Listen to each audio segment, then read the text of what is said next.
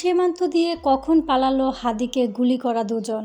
আইনশৃঙ্খলা রক্ষাকারী বাহিনীগুলোর সদস্যদের চোখে যেন ধুলো দিয়ে দেশ ছেড়ে পালিয়ে গেছে ইনকিলাব মঞ্চের মুখপাত্র শরীফ ওসমান হাদির হত্যা চেষ্টা জড়িত প্রধান দুই সন্দেহজনক। তাদের ধরতে অর্ধ কোটি টাকা পুরস্কার ঘোষণা, সীমান্তের সতর্কতা আর পাসপোর্ট ব্লক করার খবরের মধ্যেই মোস্ট ওয়ান্টেড দুই আততায়ী ফয়সাল করিম মাসুদ ওরফে দাউদ খান ও আলমগীর হোসেনের দেশ ছাড়ার তথ্য মিলেছে। তদন্ত সংশ্লিষ্ট সূত্র এ দুজনের পালানোর বিষয়টি নিশ্চিত করলেও পুলিশের পক্ষ থেকে রোববার রাত 10টার এই প্রতিবেদন লেখার সময় পর্যন্ত তা আনুষ্ঠানিকভাবে স্বীকার করা হয়নি। তদন্তের সংশ্লিষ্ট সূত্র বলছে, গত শনিবার গভীর রাতে ময়মনসিংহের সীমান্ত ঘেঁষা উপজেলা হালুয়াঘাটের একটি দুর্গম সীমান্ত পথ পাড়ি দিয়ে ভারতের মেঘালয়ে পালিয়ে যায় ফয়সাল ও আলমগীর। তাদের সীমান্তে পারাপারের সহায়তায় জড়িত দুই মানব পাচারকারীকেও আটক করেছে ঢাকা মহানগর পুলিশ।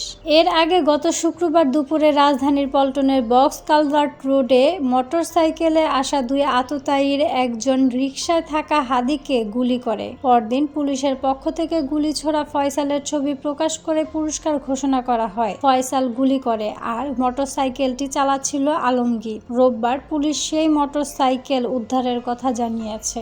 হাদি আসন্ন জাতীয় সংসদ নির্বাচনে ঢাকা ৮ আসনের সম্ভাব্য স্বতন্ত্র প্রার্থী। সংকটাপন্ন অবস্থায় রোববার পর্যন্ত রাজধানীর একটি বেসরকারি হাসপাতালে তার চিকিৎসাধীন চলছে। তবে আজ সোমবার দুপুরে একটি এয়ার অ্যাম্বুলেন্সে সিঙ্গাপুর নেওয়ার কথা রয়েছে মাথায় গুলি লাগা হাদিকে। প্রধান উপদেষ্টার প্রেস উইং থেকে রোববার রাতে এ তথ্য জানানো হয়। তদন্ত সংশ্লিষ্টরা জানিয়েছেন, হাদির ওপর হামলার পরপরই আইনশৃঙ্খলা বাহিনী মূল সন্দেহভাজন হিসেবে ফয়সাল ও আলমগীরকে শনাক্ত করে এবং প্রযুক্তি সহায়তায় তাদের প্রতিনিধি অনুসরণ করতে থাকে।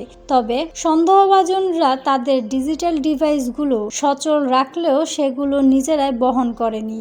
এসব ডিভাইস অন্য কোনোভাবে চালু রেখে বারবার সেগুলো জায়গা পরিবর্তন করানো হচ্ছিল।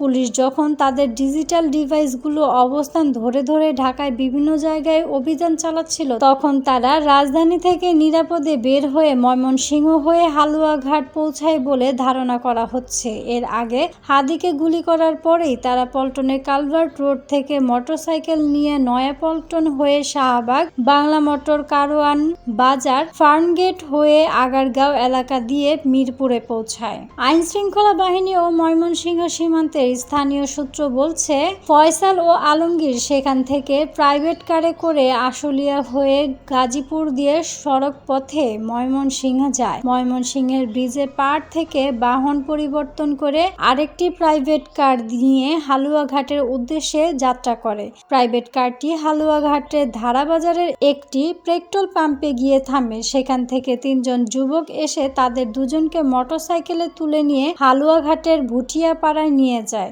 রাত 2:30 পর্যন্ত থেকে ভুটিয়াপাড়া সীমান্তে পাড়ি দিয়ে তারা ভারতের মেঘালয় রাজ্যের পশ্চিম গারোপাহাড় জেলায় একটি পৌরসভা এলাকায় তুয়ারে পৌঁছায়। গতকাল পর্যন্ত তারা সেখানেই ছিল বলে জানা গেছে। হাদিকে হত্যা চেষ্টা জড়িতদের বিষয়ে তথ্য জানাতে রোববার সংবাদ সম্মেলনে আসেন ডিএমপির অতিরিক্ত কমিশনার এস.এন. নজরুল ইসলাম। তিনি বলেন, অভিযুক্তদের কেউ বিদেশে পালিয়ে গেছে কিনা এমন কোনো তথ্য এখনো ইমিগ্রেশন ডাটাবেজে পাওয়া যায়নি। ফয়সাল করিম মাসুদের সর্বশেষ বিদেশ যাত্রার তথ্য অনুযায়ী তিনি গত জুলাই মাসে থাইল্যান্ড থেকে দেশে প্রবেশ করেন। এরপর তার দেশ ত্যাগের কোনো রেকর্ড নেই। তবে পুলিশের এই কর্মকর্তা জানান, শেরপুরের নালিতাবাড়ি থেকে সীমান্তে পার করে অবৈধভাবে ভারতে প্রবেশ করানো চক্রের 2 সদস্যকে আটক করা হয়েছে। এদের পাশাপাশি হাদির উপর হামলায় ব্যবহৃত মোটরসাইকেলটি মালিক আব্দুল হান্নানকে র্যাবের একটি দল গ্রেফতার করে পুলিশের হাতে তুলে দেয়। নজরুল ইসলাম বলেন, যারা এই ঘটনায় জড়িত তাদের সবাইকে আমরা শনাক্ত করে গ্রেফতারের চেষ্টা চালিয়ে যাচ্ছি। অংশ নেওয়া এক কর্মকর্তা বলেন, আটক দুজন ফয়সাল ও আলমগীরকে সীমান্ত পার করিয়ে দিয়েছে। আটকের পর তাদের মাধ্যমে পার হওয়া 2 জনকে ফিরিয়ে আনার চেষ্টা করা হয়, কিন্তু এতে কোনো ফল পাওয়া যায়নি।